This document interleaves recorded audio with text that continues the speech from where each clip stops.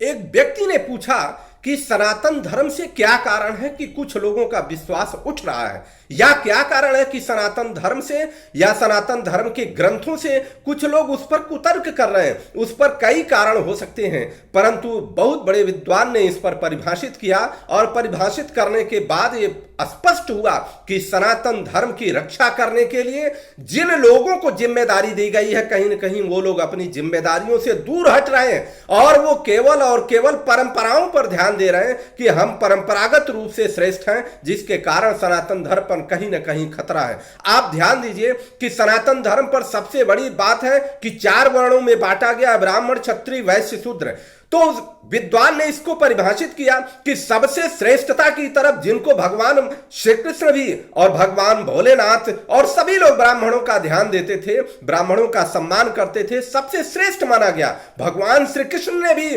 ब्राह्मणों का पूजा किया और इस बात को कहा है कि हमारे कुल के साथ साथ इस धरती के लोगों को ब्राह्मणों का सम्मान करना चाहिए, गौओं का सम्मान करना चाहिए। लेकिन उसमें यह भी कहा, श्रीमद् भगवत गीता के द्वारा परिभाषित है, को अस्ते ब्राह्मण, कौन ब्राह्मण है, तो ब्राह्मणों को 4 भाग में विभाजित किया और जो श्रेष्ठ ब्राह्मण है वो सनातन की रक्षा कर सकता है। अगर श्रेष्ठता गड़बड़ हुई तो सनातन की रक्षा में गड़बड़ी होगी। तो उन्होंने कहा चौथे नंबर का जो ब्राह्मण होता है वो होता है कि ब्राह्मण जाति में जन्म लिया, अर्थात ब्राह्मण कुल में जन्म लिया, वो चौथे नंबर का ब्राह्मण होता है। और जब वही ब्राह्मण बच्चा चारों वेदों का अध्ययन कर लेता है और श्रीमद् भगवत गीता का अध्ययन कर लेता है तो वो तीसरे नंबर का ब्राह्मण हो जाता है, मतलब उसका ग्रेड बढ़ जाता है, अर्थात कह सकते हैं उस उच्चता की तरफ वो बढ़ने लगता है। और वही जब ब्राह्मण बच्चा जब वेदों का अध्ययन कर लेता है, श्रीमद् भगवत गीता का अध्ययन कर लेता है और उसको अपने अंदर आत्मसात कर लेता है,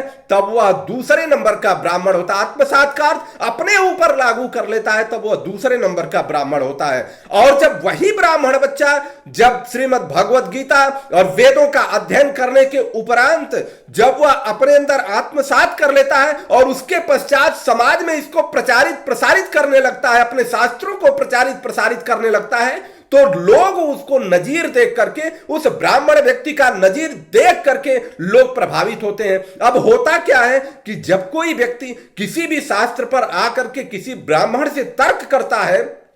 पूछता है कि हमारे वेदों में इस तरह से लिखा है, हमारे श्रीमद् भगवत गीता में इस तरह से लिखा हुआ है, श्री रामचरितमानस में इस तरह से लिखा है, इसका संशय मिटाइए, तो वो ब्राह्मण संशय मिटाता है। परंतु यह देखता है जब कि 2 दिन 4 दिन के बाद जिस तरह से लिखा हुआ है, जिस तरह से इन्होंने बताया है, खुद उस तरह से करते नहीं है, केवल समाज में इस बात को प्रसारित कर रहे हैं, तो वहीं से 2 तरह का भाव उसके अंदर पैदा होता है। एक भाव, या तो वह समझता है कि जो लिखा है वो झूठ लिखा हुआ है, वो ग्रंथ जो लिखा हुआ है, वेद जो अवतरित हुआ है ये झूठी बात है, या श्रीमद् भगवत गीता झूठी बात है, ऐसा कहने लगता है। और जब दूसरा, वो ब्राह्मण के ऊपर भी, उसका उस व्यक्ति के ऊपर भी विश्वास उठ जाता है, इसके कारण सनातन धर्म पर दुष्प्रचार कुप्रचार करने लगता है। इसलिए हमें इस बात का ध्यान देना चाहिए कि हमें जिस लिए ईश्वर ने इस धरती पर भेजा है, अगर उस कार्य को हम नहीं करते हैं तो निश्चित रूप से हमारा जीवन सार्थक सिद्ध नहीं होता है, व्यर्थ